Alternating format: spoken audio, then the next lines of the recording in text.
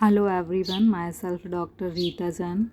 आज हम NCERT 12th की यूनिट 2 का टॉपिक बजट रेखा या कीमत रेखा पढ़ेंगे। यह 2 नंबर में क्वेश्चन आता है।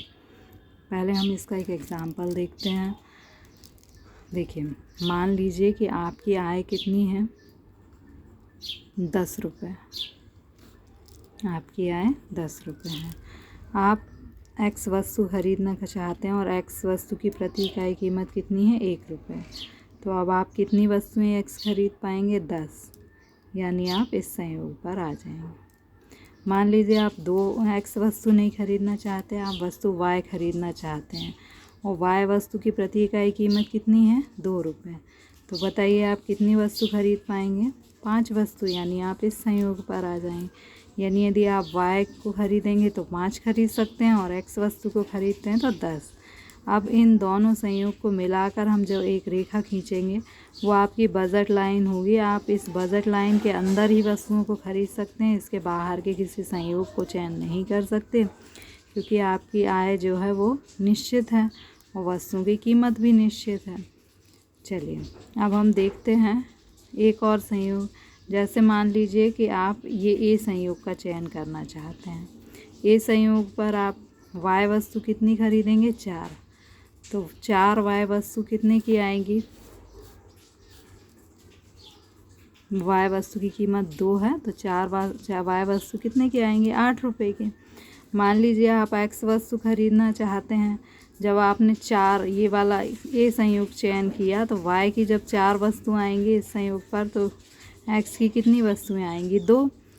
यानी ये 2 और प्रति इकाई कीमत कितनी है, 1 रुपये। तो हमने 1 का इंटू करा तो कितना आएगा, 2। तो आपके कितने 10 रुपये पूरे खर्च हुए। ठीक, इसमें से किसी भी संयोग का आप चयन करेंगे इस लाइन पर, सब आपको 10 रुपये के बराबर खर्च होंगे और आपको संतुष्टि समान मिलेगी। अब देखिए, ये अगर जी संयोग है, इसको आप प्राप्त करना चाहते हैं तो इसे आप प्राप्त नहीं कर सकते, क्योंकि ये आपकी आय की या बजट की लाइन के बाहर है। आपकी हैसियत इतनी ही, आप इससे ज़्यादा कीमत की या इससे ऊपर की वस्तुओं को नहीं खरीद सकते। इसके नीचे की किसी भी संयोग का आप क्रय कर सकते हैं। जैसे मान लीजिए कि आपने ये संयोग लेते हैं। इस संयोग पे क्या है, वाई की 2 वस्तुएं हैं। वाई की 2 वस्तुएं कितने की आएंगी, 2 रुपये की एक वस्तु है, 4 रुपये की। जब आप y की 2 वस्तुएं खरीदते हैं तो इस संयोग पर x की कितनी वस्तुएं हैं, 2। और x की प्रति इकाई कीमत कितनी है, 1 रुपये। तो कितने में आएंगी ये वस्तु, 2। यानी आपके कितने पैसे खर्च हुए, 6 रुपये। यानी आपकी आय तो 10 रुपये थी, लेकिन आपने केवल 6 रुपये की वस्तु खरीदी। यानी आपकी संतुष्टि कम हो जाएगी। ये प्राप्त संयोग तो हैं, लेकिन इनसे संतुष्टि कम होगी और ये अप्राप्त संयोग है। कभी कभी एग्ज़ाम में ऐसा ऑब्जेक्टिव में आ जाता है कि प्राप्त संयोग अप्राप्त संयोग। तो ये भी आपको याद होना चाहिए कि बजट लाइन के बाहर के संयोग अप्राप्त संयोग होते हैं और बजट लाइन के अंदर के संयोग प्राप्त संयोग होते हैं। ये आपको लिखना नहीं है, केवल ऑब्जेक्टिव की दृष्टि से याद रखना है। अब हम ये समझ तो चुके हैं, इसे लिखेंगे क्या, कैसे, कि बजट लाइन होती क्या है। बजट लाइन 2 वस्तु, एक्स और वाई 2 वस्तु हैं। बजट लाइन 2 वस्तुओं के उन सभी संयोग को बताती है। अब आपकी आय कितनी थी, 10 रुपये।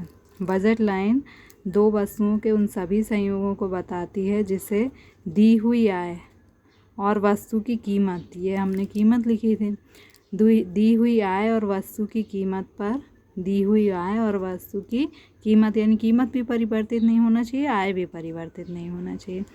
बजट लाइन 2 वस्तुओं के उन सभी संयोग, ये सारे संयोग हैं ABCDE। बजट लाइन 2 वस्तुओं के, ये बजट लाइन है। बजट लाइन 2 वस्तुओं के उन सभी संयोगों को बताती है जिससे दी हुई आय और वस्तु की कीमत पर उपभोक्ता क्रय कर सकता है। ठीक है, और ये लिखा हुआ है। आप इसका, मैं जूम करके, आप एक स्क्रीनशॉट ले लें और फिर जूम करके इसको लिख सकते हैं। 2 नंबर का है, लेकिन 3 नंबर में आ जाए और इसको अच्छे से समझना ज़रूरी था। Okay, thank you.